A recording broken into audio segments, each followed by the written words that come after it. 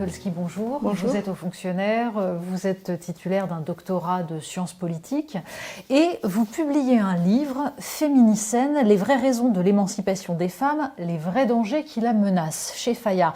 Et quelque chose me dit que ce livre va susciter quelques débats.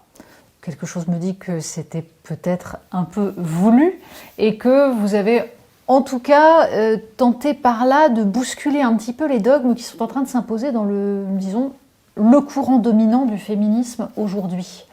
Alors, on va revenir sur ce terme féminicène, mais pourquoi est-ce que justement il vous a semblé essentiel d'évoquer cette question, de revenir en gros, d'attaquer tous les dogmes, puisque vous les attaquez à peu près tous, sur le patriarcat dominant, sur l'idée que tout est culturel, et on va revenir un petit peu plus profondément dans tout cela. Il pose problème ce féminisme ?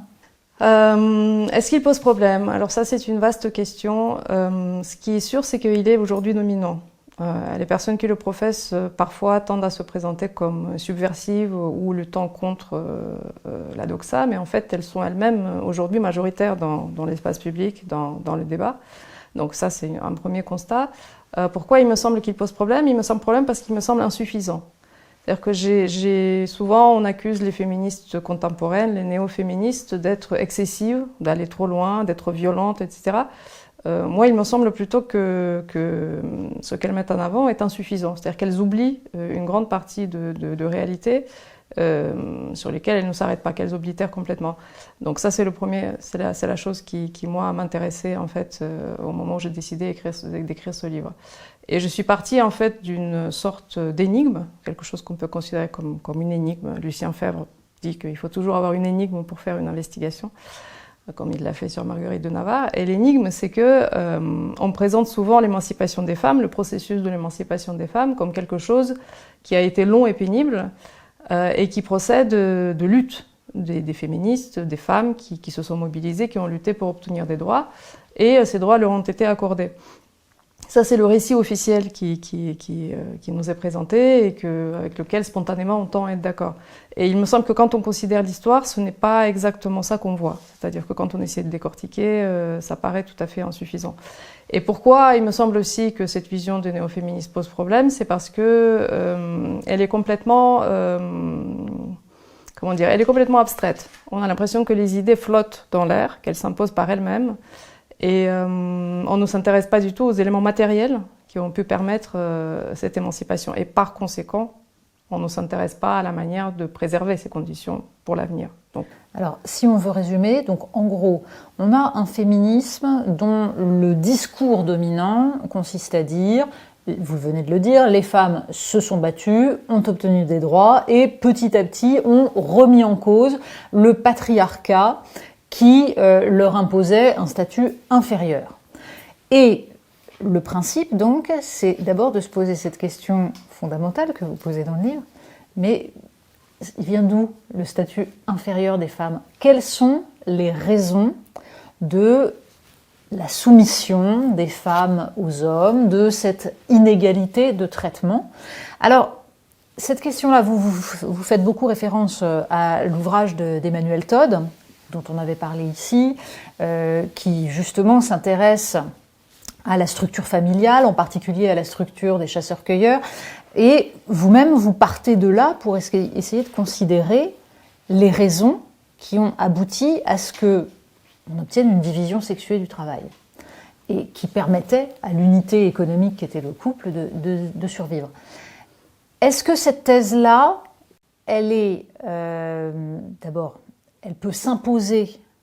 Est-ce qu'elle est communément admise, l'idée qu'il y aurait cette division sexuée du travail dont vous déterminez l'idée que, en fait, elle a des raisons objectives, et en quoi c'est si subversif de dire qu'il y a des raisons objectives ? Alors, est-ce qu'elle est communément admise ? Elle est très largement admise, disons, parmi les anthropologues, les paléoanthropologues. Effectivement, la division sexuelle du travail, Emmanuel Todd en parle beaucoup dans son livre, c'est pour lui le trait absolument universel de toutes les sociétés primitives qu'on a pu observer, d'abord par les sociétés qui ont pu être observées par l'ethnologie, donc qui étaient restées à l'état primitif, Et c'est également ce que la plupart des anthropologues déduisent de l'observation des quelques restes archéologiques qu'on peut avoir de cette période, qui sont très pauvres. Elle est remise en cause par quelques anthropologues féministes et des féministes qui ne sont pas anthropologues, juste militantes, au nom d'une espèce d'âge d'or perdu où il aurait existé une époque où les hommes et les femmes étaient totalement égaux, voire les femmes étaient supérieures aux hommes et il n'y avait pas de division sexuelle du travail. Les femmes chassaient, par exemple, et ne faisaient pas que de la cueillette. Mais c'est une thèse qui d'abord est très minoritaire et deuxièmement qui s'appuie sur un très petit nombre d'observations. Elle procède surtout d'une volonté, je pense, qui est tout à fait sympathique, de projeter peut-être sur le passé ce qu'on voudrait pour l'avenir. On a essayé de retrouver dans le passé quelques fondements qui nous laisseraient penser qu'un meilleur avenir est possible. Mais mis à part ça, il ne me semble pas que ce soit que ce soit une démarche fructueuse ni utile en fait pour les femmes. Effectivement, le plus grand nombre d'indices laisse à penser que oui, c'est cette entrée universelle des sociétés primitives, une division sexuelle du travail, et qui paraît très logique si on s'intéresse justement aux éléments matériels qui fondaient la vie des êtres humains à cette époque. C'est-à-dire une époque évidemment pré-industrielle, une époque où il y avait extrêmement peu d'outils à la disposition de l'humanité, et où le principal outil était le corps. Finalement, le corps et quelques expédients rudimentaires d'outils. Et là, quand on s'intéresse au corps, c'est ça l'élément matériel en fait, parce que nous ne sommes pas des purs esprits, quoi qu'en pensent certains courants idéologiques. Nous sommes aussi des corps, nous sommes aussi des animaux à la base. Et la première propriété du corps humain, c'est effectivement d'être composé de deux sexes, le sexe féminin et le sexe masculin, qui déterminent une série de caractéristiques très limitées, mais néanmoins très importantes, à une époque où l'être humain ne disposait de presque rien d'autre que le corps. Et qu'est-ce que ça détermine ? Eh bien, ça détermine ce que j'appelle dans mon livre les avantages comparatifs de chacun de ces groupes, pris dans leur ensemble. Évidemment pas les individus. Voilà, pas les individus du tout. Il peut y avoir des femmes plus Absolument, il peut évidemment y avoir des femmes plus fortes que les hommes ou les hommes beaucoup plus faibles que les femmes. Il peut y avoir des femmes qui ne peuvent pas avoir d'enfants ou qui n'ont pas d'enfants. Il peut y avoir des hommes qui veulent prendre des rôles féminins. Tout ça, c'est absolument entendu et c'est certain. Mais la division sexuelle du travail ne procède pas d'individus. Elle s'intéresse au groupe, en fait. On ne divise pas à chaque fois dans chaque famille, dans chaque unité de production familiale qui va faire quoi. La division sexuelle du travail qui a caractérisé les sociétés, elle s'intéresse au groupe, aux moyennes. Et en moyenne, qu'est-ce qu'on observe ? Eh bien, on observe que les hommes ne sont pas concernés par la gestation. Ce ne sont pas eux qui portent les enfants. Nous sommes une espèce sexuée. Donc c'est même une grosse moyenne. Hein. Oui, ça c'est une grosse moyenne, absolument. Il n'y a que les femmes qui sont capables de porter un enfant. Il n'y a que les femmes qui sont capables de nourrir un enfant.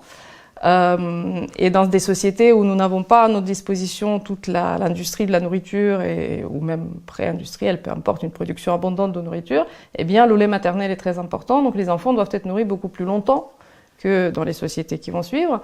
Donc on a des femmes qui sont sujettes à des ruptures régulières de leur capacité de mobilité et de leur force physique. Et c'est ce qui, selon la plupart des anthropologues, détermine une division sexuelle du travail qui est parfaitement logique pour tout simplement maximiser les chances de survie du groupe ou de l'unité familiale dans les contraintes qui sont les leurs. L'homme va se charger de la chasse parce que ça implique des gros déplacements et un développement de force physique important, et la femme va se charger des choses plus liées au foyer qui ne nécessitent pas autant de mobilité. On est bien d'accord que le fait même de dire ça va impliquer que vous soyez soupçonné de justifier l'inégalité entre les hommes et les femmes. Et la question, c'est pourquoi ce qui semble un truisme, parce que c'est une évidence, tout ce que vous énoncez là, ce sont des faits assez basiques, pourquoi est-ce que c'est devenu à ce point inflammable, et pourquoi est-ce que, en gros, ça représente presque un danger pour la pensée féministe ? Voilà, ça c'est la question qui est au centre de mon livre, absolument. Pourquoi est-ce que ces idées complètement évidentes et comment dire, parfaitement neutres, parce qu'il s'agit d'une simple description de la manière dont fonctionne le mécanisme reproductif et dont les êtres humains réagissent dans des contraintes d'un milieu hostile, pourquoi cette idée est devenue subversive, scandaleuse, sulfureuse, etc. Alors à la base, elle ne l'était pas. En fait, au départ, au XXe siècle, le féminisme naissant, qui a commencé à se développer vers le milieu du XXe siècle, Simone de Beauvoir typiquement, ne considérait pas du tout cette idée comme scandaleuse. C'est même elle qui l'a décrite d'une manière lumineuse dans le premier tome du Deuxième sexe. Premier tome dont je me demande dans mon livre si beaucoup de gens le lisent, en fait, parce que, vu ce qu'on dit ensuite de Simone de Beauvoir, ça me semble très étonnant voilà. Tout le monde a oublié, en effet, la dimension de véritable description, j'allais dire presque du déterminisme qui pèse sur la femme à partir de son corps. Et ce que dit Simone de Beauvoir, de très important, c'est que ces éléments matériels sont fondamentaux parce qu'ils déterminent, ils lancent ce cercle de la domination des hommes sur les femmes, de l'infériorité des femmes, mais ce sont des éléments qui ne sont pas absolus. Ils n'ont d'intérêt, ils n'ont d'effet en fait sur l'humanité que dans des conditions particulières, c'est-à-dire des conditions de vie particulières, qui sont des conditions de vie primitives, qui sont dénuées d'outils dont on dispose aujourd'hui. Ce ne sont pas des éléments qui déterminent une quelconque infériorité morale ou intellectuelle ou que sais-je, je ne sais pas, transcendante des femmes. Ce sont tout simplement des réponses des groupes humains à leurs conditions de vie, étant donné leurs caractéristiques respectives. Et ce que je dis dans mon livre, c'est que bien évidemment, cette base objective à cette division sexuelle du travail lance immédiatement un cercle également de justification idéologique, qui acquiert une existence propre, parce que l'être humain, il est fait ainsi. Il ne peut pas juste subir et être. Il donne du sens à ce qui lui arrive. Il doit donner du sens à ce qui lui arrive. Et en lui donnant du sens, il justifie ces inégalités ou ces différences en les transformant en un système rigide. Donc effectivement, toutes les sociétés, dès le départ, ont commencé à donner du sens à cette division et à la norme, à en faire quelque chose de normatif. C'est-à-dire, si la femme est seule capable de donner la vie, c'est qu'il faut qu'elle fasse ça. C'est à la fois une manière de faire avec, c'est-à-dire de supporter sa condition. Je produis des enfants, je suis une bonne mère, donc je suis dans le vrai, je suis dans le bon. Et c'est une manière aussi pour ceux qui ont l'avantage qui leur a été donné par la nature de le conserver. Parce que voilà, même si dans certaines circonstances des femmes pourraient faire d'autres choses, non, tu le feras pas parce qu'il est bon et juste que ce soit ainsi. Donc les deux phénomènes existent. Parler de contraintes objectives ou parler de contraintes matérielles ne signifie pas du tout qu'on affirme que le social n'existe pas. Voilà, ça c'est l'idée, je pense, la plus importante dans mon livre, c'est l'idée que les deux existent. Et les deux interagissent dans des boucles de rétroaction compliquées tout au long de l'histoire humaine. Oui, parce qu'on comprend bien qu'en fait, au cœur de la réflexion, il y a le rapport entre nature et culture. Et ce qui est extrêmement surprenant, c'est à quel point aujourd'hui, dans tout le discours féminisme, se référer un tant soit peu à la nature dans ses différentes dimensions semble quelque chose vraiment d'inflammable, avec une incapacité à penser la dialectique qui se met en marche entre nature et culture. Exactement, et absolument. L'incapacité à penser les deux, comme si, en fait, je pense que c'est une propriété de l'esprit humain. On trouve une bonne idée. Au départ, c'est une idée qui est excellente. C'est-à-dire que l'humanité a longtemps été dominée par les justifications dont je viens de parler. Il est bon que les femmes soient confinées à la maison, au rôle familial. Il est bon que l'homme s'occupe du reste, etc. C'est leur nature, et même voir, c'est leur prédestination divine. Absolument, d'aimer ça et d'aimer les enfants, etc. C'est comme ça. Donc ces justifications existaient, elles étaient très puissantes, elles cassaient des destins individuels, tout ça c'est entendu. Et donc là-dessus arrivent à la fois les sciences sociales, la sociologie naissante, le féminisme, donc les femmes qui commencent à réfléchir à leurs conditions, à essayer de donner sens à ce qui leur arrive, et elles développent une idée qui est juste et bonne, c'est-à-dire qu'est-ce qui fait que aujourd'hui dans ma vie je ne sois obligée de continuer à le faire, et on dénonce ce qu'on appelle les arguments naturalistes. Donc on essaie de montrer que ce n'est pas parce que les femmes font des enfants qu'elles ne sont pas capables de faire, je ne sais pas, des mathématiques, de diriger une armée, de faire de la politique, etc. Et c'est une idée parfaitement juste, parce que sur ce rôle, sur les contraintes objectives qui sont celles du corps ou du processus reproductif, se greffent ensuite les rôles sociaux, les rôles sexués que chaque société assigne, et qui ne sont pas les mêmes d'ailleurs, qui changent au cours de l'histoire. Donc ça, c'est une idée parfaitement juste. Mais on s'arrête pas là. Une fois qu'on a trouvé ça, on se dit c'est bon, j'ai tout compris. Donc, le reste est faux. Mais le reste n'est pas faux, en fait. Le reste est vrai aussi. Voilà, et les deux interagissent.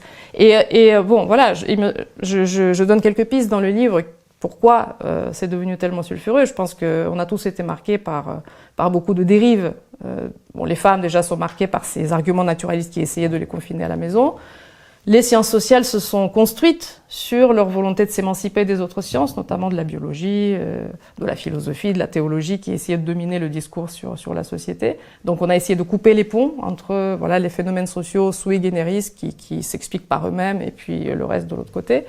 Et puis probablement les expériences, les traumatismes du XXe siècle, où la biologie appliquée aux humains a donné des choses extrêmement tragiques. Donc je pense que tout ça pèse dans l'esprit des gens. Et dès qu'on dit biologie, oui, on est assimilé à des réactionnaires, ce qui, je pense, est très pénible pour les biologistes. Enfin, j'ai lu quelques spécialistes en biologie et en neurosciences qui ne se reconnaissent pas dans cette image. Oui, mais c'est d'autant plus étonnant qu'en effet, un débat avec une féministe à la fois chercheuse et militante peut donner des choses assez surprenantes, du genre mais le corps est un donné social.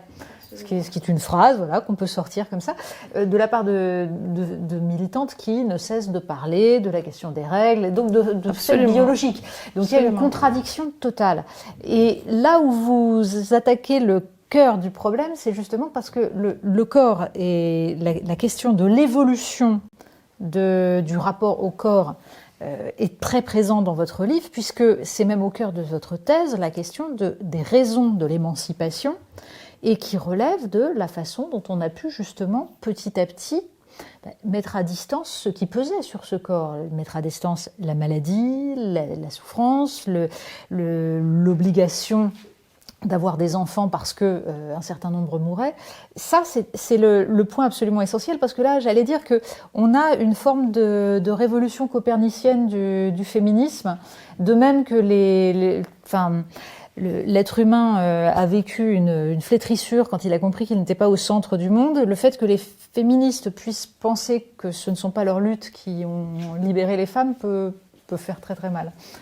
Oui, absolument. Et d'ailleurs, juste pour réagir à ce que vous venez de dire, le corps comme construit social, l'idée qu'avancent certaines féministes, que le corps serait tout entier sorti des contraintes sociales, il y a aussi du vrai dedans. C'est-à-dire quand on regarde le corps d'un ouvrier qui est abîmé par le travail, qui est habitué à une certaine démarche pénible, etc. Le corps d'un cadre dynamique, c'est pas le même corps. Donc il y a du vrai là-dedans. Donc c'est encore une fois, c'est pas du tout pour. Mais on part d'une bonne idée et on la pousse jusqu'à l'absurde. Voilà. C'est-à-dire qu'on nie le reste. Voilà. C'est l'idée que si on a trouvé une bonne idée, le reste doit être faux. Mais ce n'est pas comme ça, en fait. On trouve une bonne idée, c'est quelque chose qui s'ajoute et il faut réfléchir aux relations que ça entretient au reste. Donc oui, effectivement, donc le corps est une donnée objective, est une contrainte objective, mais, c'est Simone de Beauvoir qui le dit, il n'a de signification, sa signification se détermine dans son rapport avec l'environnement. C'est l'environnement, y compris social, mais pas seulement social, matériel, c'est-à-dire technologique, technique de la société, qui va déterminer ce que ce corps va pouvoir faire et quelles seront les possibilités qui lui seront offertes. Donc effectivement, donc je disais au début que je n'étais pas convaincue par le récit officiel où les luttes féministes auraient produit la libération de la femme, parce que, je le retrace au début du livre, les luttes ont été très limitées. Et il est très étonnant parce que les personnes qui mettent souvent en avant ces luttes sont à la fois celles qui, en général, se disent non idéalistes, qui nient la puissance de l'idée en marche qui se déploierait, qui font attention à des facteurs sociaux.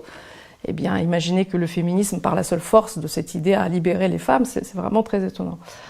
Donc, à mon avis, il faut effectivement s'intéresser aux questions matérielles. Donc, les femmes qui ont la place qui est la leur dans le processus reproductif, ont dû, donc de tout temps, alors voilà, l'idée principale, je pense, le cœur de ma démonstration est lié à cette fonction reproductive de la femme et au fait qu'elles en font des enfants. Ce qui a caractérisé l'humanité jusqu'au XIXe siècle, c'est que les femmes devaient faire presque toujours beaucoup d'enfants. Et elles devaient faire beaucoup d'enfants, d'abord parce que les moyens contraceptifs n'existaient pas ou étaient très rudimentaires. Ce qui est surtout vrai à partir de la révolution néolithique. Absolument, ce qui est surtout vrai à partir de la révolution néolithique, pour plein de raisons sur lesquelles on ne va pas s'arrêter parce qu'on n'a pas le temps. Donc elles faisaient beaucoup d'enfants, y compris parce que la mortalité infantile était extrêmement élevée. C'est-à-dire que ce n'est pas uniquement parce qu'elles n'arrivaient pas à limiter leur fécondité, c'est aussi parce que limiter cette fécondité n'avait pas vraiment de sens collectivement parlant, encore une fois, pas pour telle femme donnée, mais en tant que groupe, parce que beaucoup d'enfants mouraient. en fait. Le taux de mortalité infantile était très élevé jusqu'au 19e siècle. Il n'a commencé à décroître réellement qu'à la fin du 19e siècle. Et il était élevé, pourquoi? Parce que les enfants sont sujets à des tas de soucis pendant l'accouchement, juste après l'accouchement, et surtout ensuite dans leurs jeunes années. Oui, quand on a la moitié des enfants qui n'atteignent pas l'âge de 5 ans, absolument. Ça change les perspectives. Voilà, ça change les perspectives. Les enfants meurent des maladies infantiles, de la diphtérie, de la pneumonie, de la variole, du choléra. Les enfants mouraient extrêmement souvent. Et ça, c'est quelque chose que nos sociétés ont complètement oublié. C'est-à-dire que nous vivons dans une société où les enfants vivent. Et un enfant qui meurt, c'est une tragédie, aussi parce que c'est très rare, c'est-à-dire que c'est normal, notre organisation mentale s'est adaptée à un régime où les enfants ne doivent pas mourir, c'est contre nature, alors que pendant le gros de l'histoire de l'humanité, c'était ça la normalité. La normalité, c'était de perdre 1, 2, 3, parfois beaucoup plus d'enfants. Je cite Yuval Harari qui parle de la reine Éléanore, voilà, c'est très instructif. Et donc, tant que les enfants meurent, les femmes ne pouvaient pas en faire moins en moyenne. Une fois que les enfants s'arrêtent de mourir, on commence à pouvoir se projeter dans une vie où on peut planifier des naissances, où on peut décider d'avoir 1, 2, 3 enfants. C'est-à-dire que le slogan féministe « un enfant si je veux, quand je veux », qui fonde quand même la liberté des femmes à disposer de leur corps, on l'attache toujours à la pilule. Oui, c'est ça, c'est la grande libération des femmes, c'est la pilule, c'est la maîtrise de leur corps. Ce qui est vrai, parce que c'était la dernière pierre qui a parachevé cette liberté, cette maîtrise, mais ce n'est que la dernière pierre, parce qu'avant d'avoir la pilule, il a fallu qu'on puisse se dire, l'enfant que je vais mettre au monde, eh bien, je pourrais compter raisonnablement sur sa survie. Tant qu'on ne le savait pas, un enfant si je veux, quand je veux, si on commence à faire des enfants à 35 ans, on en fait 1, on en fait 2, il meurt d'une méchante pneumonie à 1 an, et voilà, il n'y a pas d'enfant. Oui, et quand en plus derrière, il n'y a pas de système de retraite, absolument, et qu'on dépend de ses enfants pour assurer ses vieux jours. Tout à fait. C'est vrai que cette remarque que vous ajoutez à un moment est assez amusante, parce que de fait, je pense que dans la baisse récente de natalité absolument dans les pays occidentaux, cette dimension-là est rarement mise en avant, mais elle est parfaitement. On ne dépend plus de ses enfants pour sa survie, y compris après l'arrêt de notre productivité personnelle. La société nous prend en charge, ce qui est un bienfait de la civilisation, mais ce n'était pas le cas avant du tout. Donc les enfants étaient aussi un investissement. On était obligé d'en faire quelques-uns. Voilà, et donc ça, c'est un ensemble de phénomènes qui, quand on regarde l'histoire, émergent à une époque particulière en Occident. Et quand on essaye de relier les phénomènes entre eux, il est assez évident qu'il fait suite au processus de révolution industrielle qui a permis l'essor absolument phénoménal de toutes les courbes qu'on peut projeter sur une feuille. Donc on a toutes les courbes qui montent en même temps. On a l'utilisation de l'énergie qui explose avec le recours aux hydrocarbures d'abord et puis au reste ensuite. On a le PIB par tête qui explose et derrière lui, bien sûr, la courbe de la population parce que le progrès apporte la prospérité. Le progrès technique apporte une productivité de travail accrue, donc le PIB par tête augmente.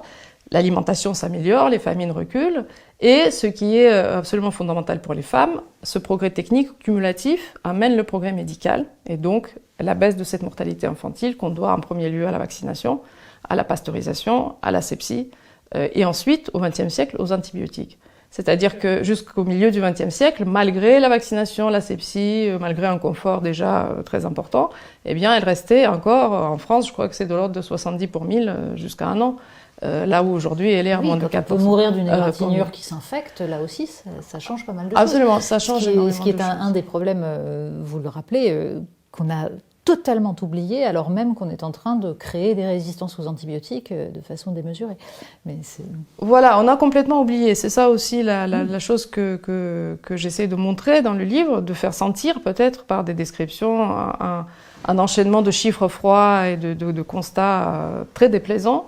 C'est que effectivement aujourd'hui, dans la vie que nous menons, nous citadins, nous occidentaux surtout, membres de la classe moyenne cultivée, il est très facile d'oublier la nature, il est très facile d'oublier les contraintes physiques, il est très facile d'oublier tout ça, parce que tout ça est complètement euphémisé dans notre vie. On le sent très peu. On n'a jamais l'occasion de se confronter en fait aux limites de notre corps. Donc on y est confronté, bien sûr, quand on est malade, quand on est affaibli, etc. Mais c'est sans comparaison avec ce que c'était dans les siècles passés. Donc, en gros, si on résume, ce que vous dites, aux féministes, c'est qu'en fait, elles ont un peu tendance à oublier que ce sont des progrès accomplis par l'humanité en général qui leur permettent aujourd'hui de revendiquer une victoire qui n'est pas exactement la leur, dans le sens où c'est tout simplement parce que les êtres humains ont moins besoin, j'allais dire, de l'asservissement de la femme, de son enchaînement au foyer, et mécaniquement, les femmes ne sont plus assignées à résidence. Absolument, c'est-à-dire que j'ai parlé du progrès médical parce qu'il me semble essentiel, mais il y a aussi, par exemple, tout le confort domestique, dont encore une fois, on ne mesure absolument pas l'ampleur. Moulinex libère la femme, c'est quand même le plus grand libère la femme. De toute l'histoire. Oui, alors effectivement, il ne l'a pas libérée entièrement, parce que c'est quand même elle qui peut être préposée au Moulinex, mais n'empêche que le temps consacré à ces activités s'est réduit comme peau de chagrin. C'est-à-dire que avant, dans les siècles passés, tenir une maisonnée demandait littéralement un travail à temps plein total. Et encore, ce n'était peut-être pas suffisant. Il fallait s'y mettre à plusieurs. Enfin, oui, et puis de bonne heure et se coucher tard. Parce que si on devait faire l'ensemble des choses qu'on obtient par pression sur un bouton, faire couler de l'eau, allumer la gazinière, lancer le micro-ondes, etc., ouvrir le frigo, rien de tout ça n'existait en fait. Si on essaye seulement de vivre pendant 2 semaines dans cette situation, je pense que ce serait assez instructif pour se dire, ah oui, quand même, comment est-ce qu'on s'organise pour que ça puisse marcher. Donc évidemment, ce temps dégagé, formidable, a permis aux femmes de s'occuper d'autre chose. Et puis aussi, le système capitaliste, par essence, c'est aussi un système qui a essayé de mettre les gens au travail, de plus en plus de gens au travail. Ça a été un moment où on a tiré les gens des campagnes, l'exode rural, etc. On a même mis les enfants au travail dans un premier temps. Et les femmes ont été une nouvelle force de travail. C'est-à-dire que ce n'est pas seulement que l'asservissement de la femme a cessé d'être un handicap, mais disons qu'il a cessé d'être nécessaire, mais il est presque devenu un handicap. Elles étaient plus utiles ailleurs. Elles étaient plus utiles ailleurs. Il fallait les mettre au travail comme les hommes. Elles sont devenues des salariés comme les hommes, et le système capitaliste en a tiré profit. Il les a intégrées, ce qui les a soumises à une nouvelle servitude. Mais ça les a libérées de plus ou moins de celle à laquelle elles étaient soumises auparavant. Donc voilà, c'est pas pour dire qu'elles ont gagné le paradis, mais elles ont gagné une situation de relative autonomie par l'accession à un travail salarié et donc statut financier autonome. Quel est l'enjeu d'exprimer ce genre d'idées, c'est-à-dire quel est le but? Vous expliquez en gros que le but de cet ouvrage, c'est de dire que l'émancipation des femmes peut être fragilisée. On est bien d'accord que là aussi, le discours féministe qu'on entend, c'est attention, le patriarcat est toujours renaissant, attention, il y a des régressions, ici l'avortement qui est remis en cause, là les violences faites aux femmes qui peuvent en gros ne plus être suffisamment combattues. Vous dites le danger n'est pas là, c'est-à-dire qu'il y a véritablement un risque sur l'émancipation des femmes, mais pas là où on le croit. Oui, c'est-à-dire que, alors, pas exactement, parce que je ne nie pas l'existence de ces dangers. C'est évident qu'il y a toujours un danger de régression idéologique, qu'il y a toujours des forces qui se battent, y compris aujourd'hui. On a par exemple la religion qui est un facteur qui possède une autonomie propre, et on peut l'observer dans des pays fondamentalistes ou aux États-Unis avec les évangélistes. C'est effectivement des forces qui existent. Je ne le nie pas du tout, je ne cherche pas à dire que ce sont des faux dangers qui n'existent pas. Mais disons que c'est une question d'échelle. Ce sont des dangers qui existent, mais tant que les conditions qui assurent la possibilité de la liberté des femmes sont réunies, ce sont des dangers qui me semblent relativement modérés, contenus. On doit pouvoir faire avec, en restant vigilant, etc. En revanche, quand on se pose la question de savoir quel est le principal danger, le principal danger, à mon avis, c'est le danger qui s'attaque à la base, c'est-à-dire au fondement. Bien sûr, si on adhère au discours dominant qui dit « ce sont les luttes qui ont libéré la femme », dans ce cas-là, oui, quels sont les dangers? C'est les choses qui s'opposent à ces luttes. Donc c'est d'autres valeurs, c'est d'autres convictions, c'est voilà. Ok, on est d'accord.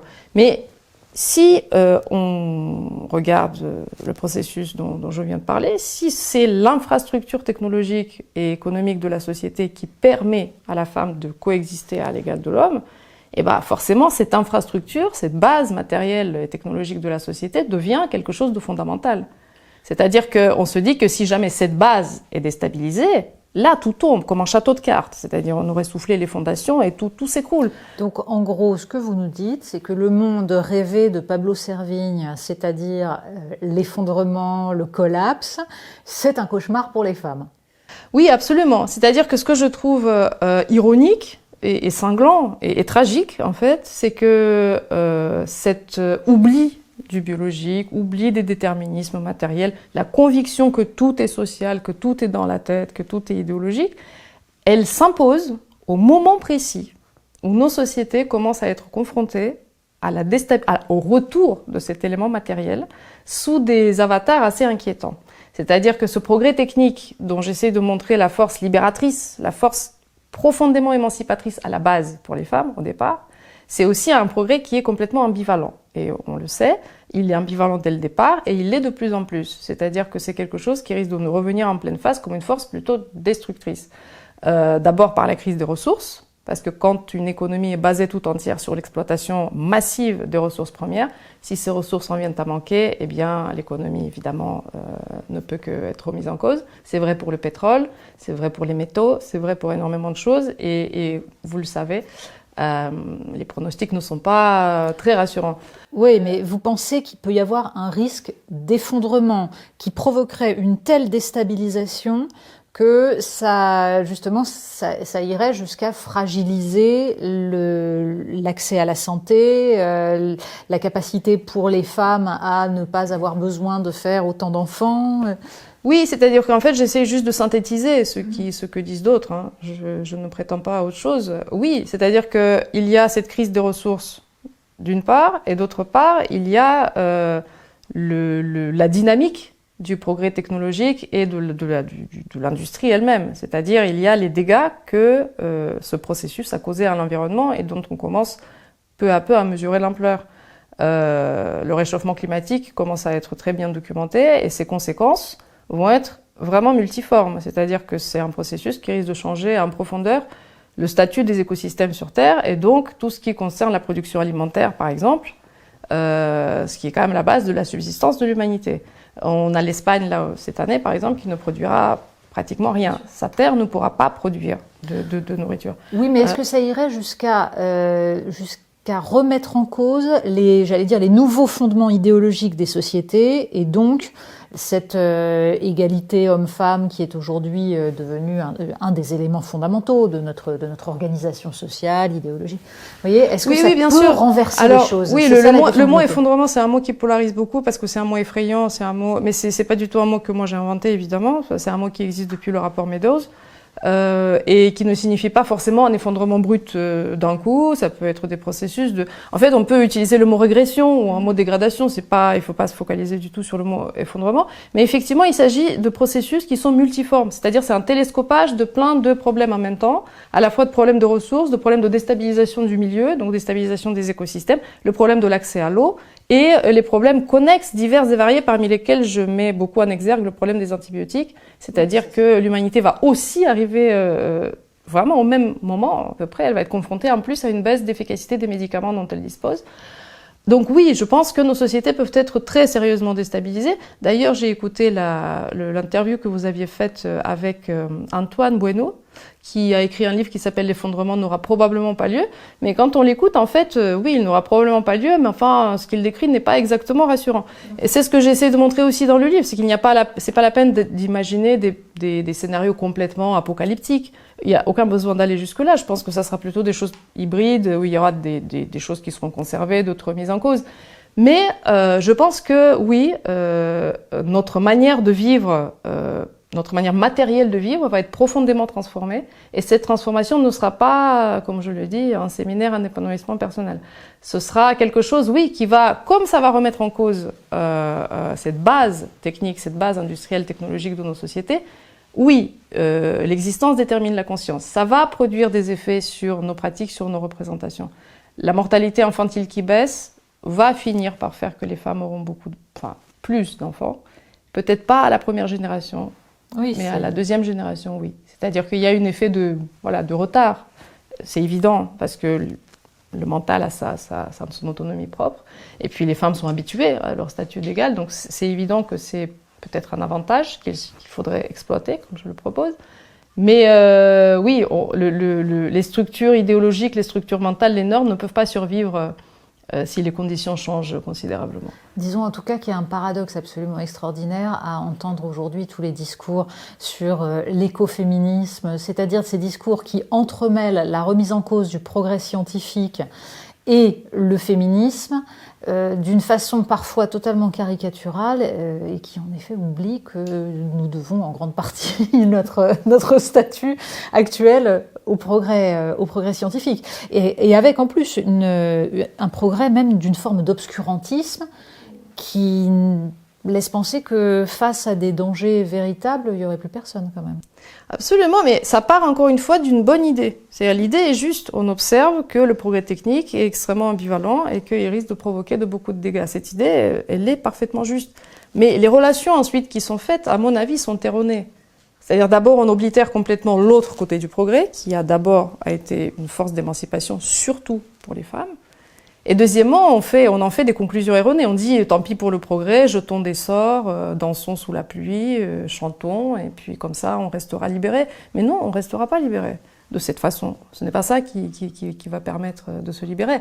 C'est pour ça que je dis avec peut-être un peu de provocation à la fin, que le véritable féminisme ne consiste pas à chanter ou à déclamer. À aller faire l'armée ou à faire des sciences physiques et des mathématiques. Oui, c'est-à-dire à s'investir dans des sphères qui sont les plus vitales pour sauvegarder cette infrastructure qui nous protège, pour la transformer aussi. Indispensable le jour où il y aura vraiment besoin. Exactement, et puis pour participer à ce que cet effondrement ou cette transformation, cette régression ne soit pas justement une catastrophe, une apocalypse, mais une transformation un peu contrôlée. Je ne crois pas beaucoup à un atterrissage vraiment en douceur, mais je pense qu'il y a de la marge entre un effondrement brutal et une régression un peu contenue. Alors, votre livre est un livre sur l'émancipation des femmes et c'est un livre que je considère comme éminemment féministe. Je pense malgré tout qu'il sera considéré comme anti-féministe. Je veux dire par là que vous définissez vous-même dans le livre différentes formes de féminisme. Vous distinguez notamment le féminisme du faire et le féminisme du réclamer. En gros, je résume, à un moment, vous dites, voilà, les figures féminines de battantes ont envahi la pop culture, c'est Trinity dans Matrix, mais en fait, dans le féminisme, c'est pas Trinity qui a gagné, c'est Mimi Géniard. C'est-à-dire une forme de féminisme qui passe son temps à considérer que il faut combattre, qu'on est toujours oppressé. Comment on fait pour inverser la tendance et pour faire émerger d'autres versions du féminisme? Parce que même s'il y a différents courants du féminisme, ils se caractérisent quand même à peu près tous par cette dimension de mise en avant des doléances et par cette peur absolue d'évoquer l'articulation entre nature et culture, de penser les choses de façon un petit peu complexe. Comment on reconquiert ça? C'est une vaste question à laquelle j'essaie très modestement de contribuer, effectivement. À mon avis, le problème de ce féminisme des doléances, c'est précisément l'oubli. En fait, je le dis à un moment donné, je ne les trouve pas violentes, je ne les trouve pas excessives, enfin bon, voilà, vraiment dans un petit nombre de leurs combats. Je les trouve surtout insouciantes. C'est-à-dire que cette absence d'articulation entre, d'une part, la vision qu'elles ont de l'écologie, parce que souvent ce sont des personnes qui sont soucieuses de l'écologie, de ce monde en déperdition, peut-être un effondrement. Sandrine Rousseau, par exemple, le dit dans son livre, elle parle de voilà, tout s'effondre, etc. Mais comment les femmes vont vivre dans ce monde effondré? Elle ne se pose pas cette question. Donc il y a une espèce d'insouciance. D'un côté, on parle de l'écologie avec inquiétude, et de l'autre côté, on parle des droits des femmes comme si tout allait continuer comme avant. Donc on allait rester dans un monde prospère, dans un monde stable, et dans un monde où l'État de droit va subsister intact, et il va assurer les droits des femmes minutieusement, jusque dans les moindres détails. Donc on va respecter, voilà, on a pu aller jusqu'à évoquer un délit de non-partage des tâches ménagères, bon, qui n'existe pas, mais bon, voilà. Ça peut être considéré comme des bonnes idées. Si, dans un monde qui serait promis à un avenir d'éternelle prospérité et de stabilité, ce n'est pas mal. Si on pouvait toujours avoir plus de droits, que ces droits étaient de mieux en mieux respectés. Après, bon, on peut en débattre, mais disons que pourquoi pas, ça pourrait se défendre. Mais faire coexister une conscience crépusculaire, en fait, écologique, d'un monde qui est promis à de grandes crises, et de l'autre côté, tout miser sur le droit, donc exiger plus de droits et dénoncer dès que nos droits ne sont pas exactement respectés, ça me semble d'une grande inconscience. C'est-à-dire que ça me semble incomplet. C'est pour ça que j'ai parlé au début que ce féminisme me semble incomplet. Je ne suis pas en train de dire qu'il faut arrêter de respecter les droits du tout, ni qu'il faut essayer arrêter de les exiger, ni même éventuellement dans certains domaines d'en exiger plus. Mais ça me semble très insuffisant. C'est-à-dire que voilà, l'incapacité à penser l'avenir des femmes dans ce monde en transformation, il me semble fondé sur cette insouciance, sur cette inconscience. Et donc, la seule véritable voie que j'entrevois, les seules pistes que je peux entrevoir, c'est un effort de transformer les consciences par l'information. C'est-à-dire, il me semble urgent, dans ce monde qui change, par exemple, même le changement climatique, ça a été un processus très long à expliquer ou à mettre sur le devant de la scène. Pendant très longtemps, on était dans le déni, on voulait pas le voir, etc. C'est le cas pour beaucoup de choses. Pour les antibiotiques, par exemple, ça n'infleure toujours pas, on est toujours dans le déni. On en prend toujours autant et l'antibiorésistance progresse au galop. Donc, alors, je suis pas du tout en train de dire que c'est la panacée, mais il me semble que, oui, parce qu'en fait, comme je pense que ce sont surtout les conditions qui transforment les consciences, à mon avis, la prise de conscience viendra après. Oui, c'est bien le problème. Voilà. Mais à un très modeste niveau, pour ce que ça vaut, peut-être que voilà, l'information et attirer le regard sur ces phénomènes peut contribuer à les faire affleurer à la conscience. Oui, mais le problème en fait de cette prise de conscience, c'est qu'on s'aperçoit que les courants féministes actuellement, et c'est assez frappant, incitent les femmes à ne s'intéresser qu'aux questions de féminisme, qu'aux questions de demande de droits, et que c'est peut-être là où on est face à une impasse. Quand le magazine Elle a publié au moment de la présidentielle, un sondage sur les sujets que les électeurs voulaient voir mis en avant et ceux sur lesquels ils allaient se déterminer, les jeunes femmes de 18-24 ans disaient qu'elles allaient se déterminer sur la question des droits des femmes. Alors même que les autres catégories sociales, a priori, peuvent se déterminer sur l'éducation, la santé, enfin des enjeux, j'allais dire, universels. Est-ce que le risque de ce féminisme des doléances, ce n'est pas d'inciter les femmes justement à ne s'intéresser qu'à leurs propres doléances, en empêchant cette prise de conscience dont vous montrez à quel point elle est absolument nécessaire? Oui, c'est mon avis, effectivement, c'est ce que je pense. Je prends la métaphore du Titanic dans mon livre pour dire que voilà, vous avez un danger qui arrive qui est aussi grand qu'une comète qui fond sur la Terre, c'est en référence au film Don't Look Up. Et on continue comme si de rien n'était, dans des futilités, dans des petits combats. Va-t-on mettre un point ici? Est-ce qu'on va mettre une virgule là? Oui, enfin, ce sont des combats peut-être qui ont un intérêt, mais dans la situation présente, oui, ça me semble, il y a une espèce de décalage entre les deux qui est saisissant. Et effectivement, le féminisme de doléance se referme sur lui-même. C'est vraiment comme une espèce d'autosuffisant, un discours autosuffisant qui, moi, personnellement, me semble dommageable même pour l'essence, je sais pas, ontologique du féminisme, parce que normalement, on réclame d'avoir plus de droits et plus de liberté. Pourquoi? Pas pour le plaisir de les avoir, mais c'est pour faire les autres choses. Les femmes ont réclamé des droits pour devenir cosmonautes, pour devenir mathématiciennes. Quand une mathématicienne ne parle pas des droits des femmes, on lui reproche de ne pas être féministe. Voilà, exactement. C'est-à-dire que normalement, son féminisme, il est en soi. Elle est féministe parce que c'est le fait d'être mathématicienne, c'est le fait d'être astronaute, c'est le fait d'être générale. On devrait être ravis de ça et surtout de ça. Après, bien sûr, ça n'empêche pas de parler des droits des femmes, mais ça ne devrait pas être un critère unique et peut-être même pas le premier des critères.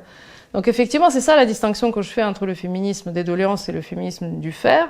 Le féminisme du faire qui consiste à exercer ces droits pour lesquels on s'est battu, qu'on a voulu obtenir, pour réaliser ce que l'être humain normalement aspire à réaliser, homme comme femme. Enfin, il y a un petit passage dans le deuxième sexe où Simone de Beauvoir parle du narcissisme des femmes et où elle explique que ce narcissisme n'est absolument pas un fait de nature, évidemment, mais elle ne dit pas qu'il n'existe pas. Elle part du principe qu'il y a un narcissisme spécifique des femmes et elle dit c'est normal, elles ont été cantonnées pendant des siècles à la sphère intime et donc on les a entraînées à ne s'intéresser qu'à ça. Est-ce que, dans un sens, l'évolution actuelle des sociétés occidentales, fondée sur le consumérisme, sur les réseaux sociaux, l'image, n'est pas en train de toute façon de régler un peu le problème, c'est-à-dire que les hommes sont en train de devenir des femmes comme les autres?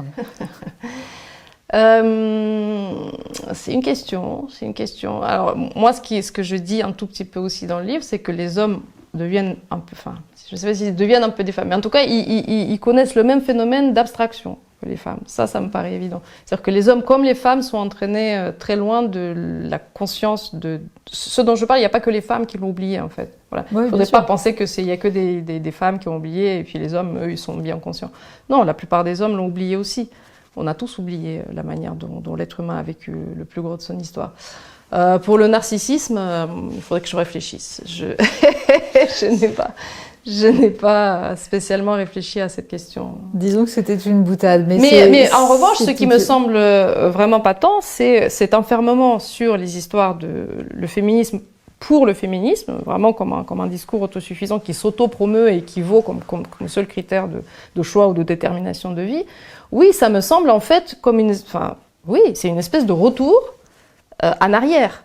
Plutôt que de se consacrer aux 1000 champs qu'offre la possibilité de l'action humaine, on se referme sur des affaires de bonnes femmes en fait. Dans ce cas-là, quelle est la grande différence entre se consacrer à la cuisine et les enfants ou alors à des affaires où on ne parle que des droits de femmes et de ce que deviennent les femmes? Oui, mais pourquoi faire? Normalement, ça doit servir à autre chose, ça doit être un moyen et pas un but en soi. Voilà, donc le fait de le transformer en un but en soi, moi je le trouve très gênant et effectivement narcissique peut-être d'une certaine manière. Le problème est encore une fois qu'on peut pressentir qu'il va être très difficile d'ébranler cette petite boutique du féminisme contemporain parce que de fait il y a des intérêts à tout ça.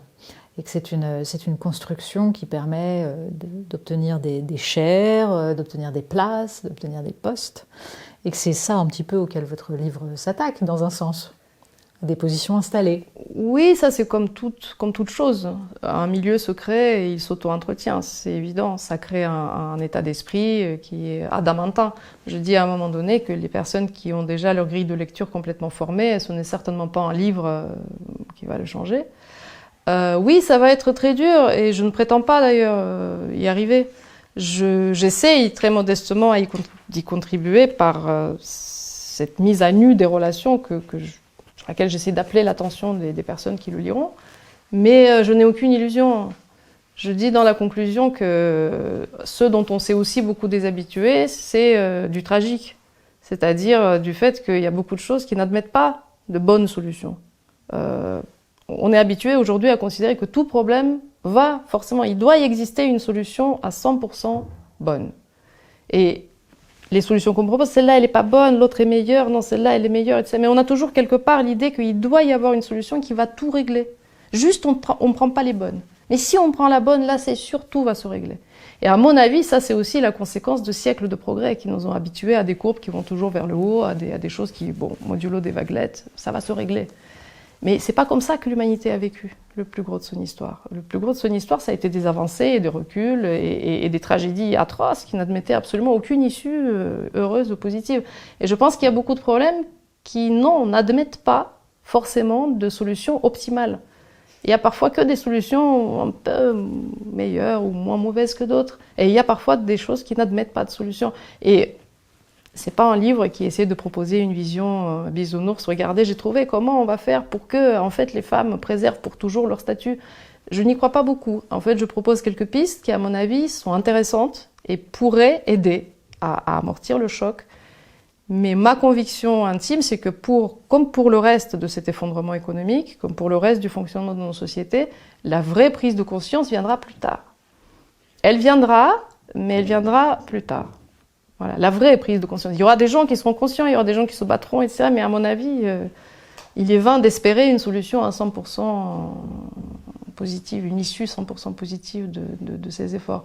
Ce n'est pas une raison d'abdiquer. Encore une fois, le sens du tragique, c'est aussi de se dire, même si ça ne sera pas à 100% positif, ça vaut quand même la peine de faire des efforts en ce sens. Donc j'assume pleinement cette position. Mais il ne faut pas chercher là-dedans d'optimisme démesuré ou des lendemains qui chantent. Un pessimiste, c'est un optimiste bien informé. Voilà. Et de ce point de vue-là, votre livre est nécessaire, c'est ce qui permet en effet d'être plus que bien informé. Vera Nikolski, merci beaucoup. Je rappelle, Féminicène, les vraies raisons de l'émancipation des femmes, les vrais dangers qui la menacent, c'est chez Fayard, c'est absolument passionnant. Et j'espère en tout cas que ça va faire naître un débat qui ne se réduise pas aux invectives, parce qu'il y a des faits, il y a des raisonnements passionnants, et parce que le féminisme y gagne. Merci beaucoup. Merci à vous.